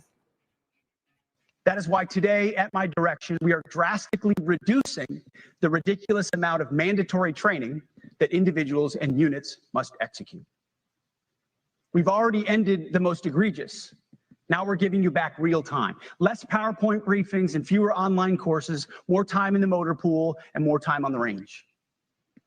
Our job is to make sure you have the money, equipment, weapons, and parts to train and maintain, and then you... Además de eso, Valeria, también el presidente de los Estados Unidos de América, Donald Trump, precisamente, bueno, pues que decía que está sufriendo su país una invasión desde dentro debido a esos extranjeros que acuden de manera ilegal a su país. Escuchen ustedes a Donald Trump. That defending the homeland is the military's first and most important priority. That's what it is. Only in recent decades did politicians somehow come to believe that our job is to police the far reaches of Kenya and Somalia, while America is under invasion from within. We're under invasion from within. No different than a foreign enemy, but more difficult in many ways because they don't wear uniforms. At least when they're wearing a uniform, you can take them out. These people don't have uniforms. But we are under invasion from within. We're stopping it very quickly. After spending trillions of dollars defending the borders of foreign countries, with your help, we're defending the borders of our country from now on. We're not going to let this happen. Biden let people come in from prisons, mental institutions, drug dealers, murderers.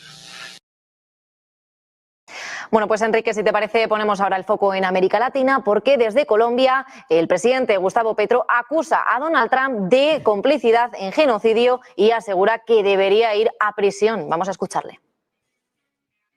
No hay ninguna ilegitimidad de decir que se aplique las consecuencias del Tratado de Roma, ni en territorio de los Estados Unidos ni en ningún otro. Si el señor Trump sigue siendo cómplice de un genocidio, como hasta el día de hoy lo es, no merece más sino la cárcel. Y su ejército no lo debe obedecer. El presidente de Colombia, quien también aprovechaba esa comparecencia para decir que había que arrestar y llevar a la cárcel también a el primer ministro de Israel, Benjamin Netanyahu, que se encontraba en Estados Unidos, pero eso sí, decía y recordaba el Estatuto de Roma, incluido también que hay que cumplirlo en Estados Unidos. Escuchen ustedes a Petro. El Tratado de Roma describe cuáles son los crímenes contra la humanidad o crímenes de guerra, los crímenes internacionales. Cualquier persona de cualquier nacionalidad juzgada en esos tribunales es capturable por cualquier país si pasa por allí.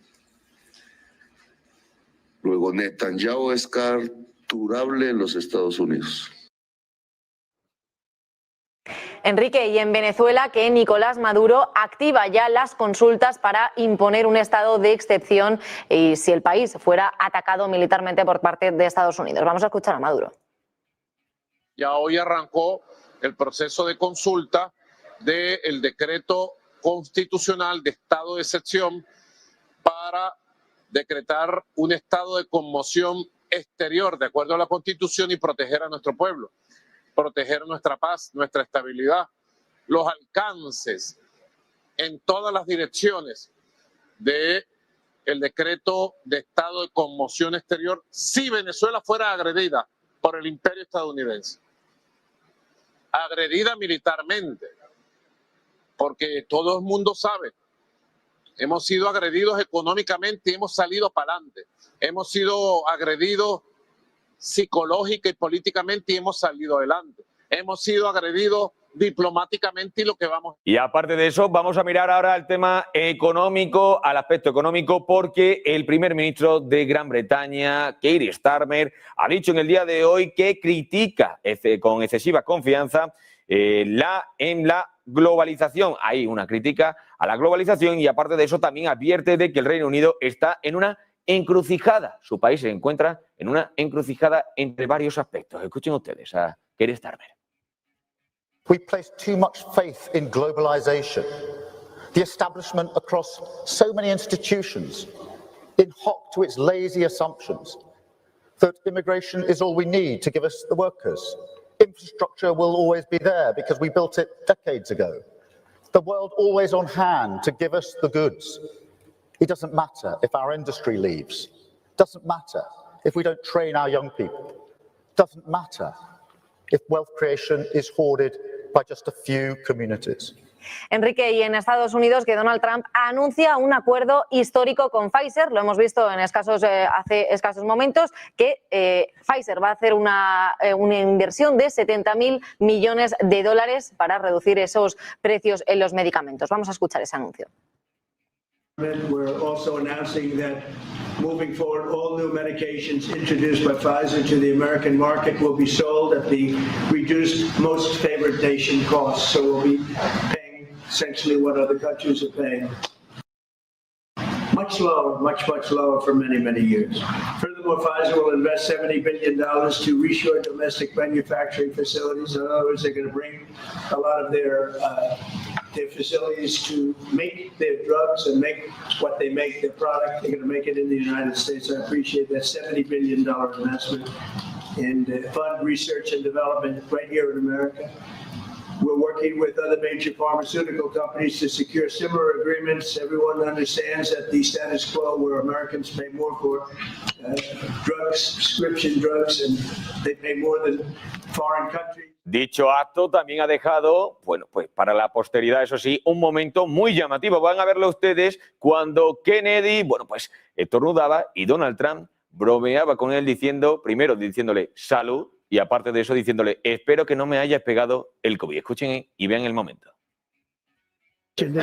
They couldn't test it. God bless you, Bobby. I hope I didn't catch COVID just there. Don't you have Paxlovid? He's got Paxlovid. Give me a Paxlovid immediately. Bueno, pues eso ha sido todo por hoy en esta sección de los sonidos más destacados del día. Muchísimas gracias, Enrique Castilla. Muchísimas gracias a ti, como siempre, Valeria Gómez. Bueno, pues nosotros hacemos una breve pausa publicitaria y enseguida volvemos con más analistas y con más expertos para analizar este posible cierre del gobierno de Estados Unidos y para ver también ese comportamiento en los mercados de Estados Unidos de Wall Street.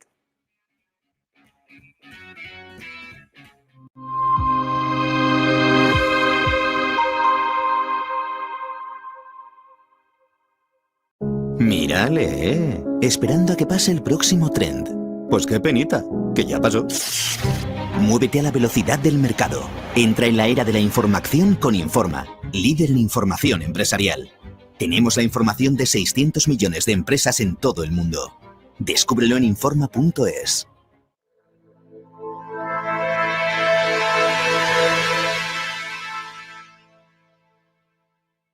Dice el español, Merz afirma que Alemania ya no puede sostener el estado de bienestar y pasará la tijera al sistema de pensiones. Acaban de abrir la caja de Pandora. El lío es espectacular. Ahora, ¿es diferente al nuestro en España? No, para nada. El lío significa que en 10 años esto está aquí arriba. Si tenemos esto aquí arriba, en 10 años, ese movimiento de jubilación va haciendo prácticamente imposible una pirámide. Piensen que esto era así, ¿eh? Esto era así. Pero no habían venido los inmigrantes a cambiar la pirámide poblacional. ¿Dónde están? La inmigración va a cubrir lo que los ciudadanos no quieren ya tener hijos, pues prefieren tener perritos todo el día. Perritos no cotizan. Que sería una buena solución, ¿eh? Oiga, ¿usted quiere tener un perro y no quiere tener niños? Pues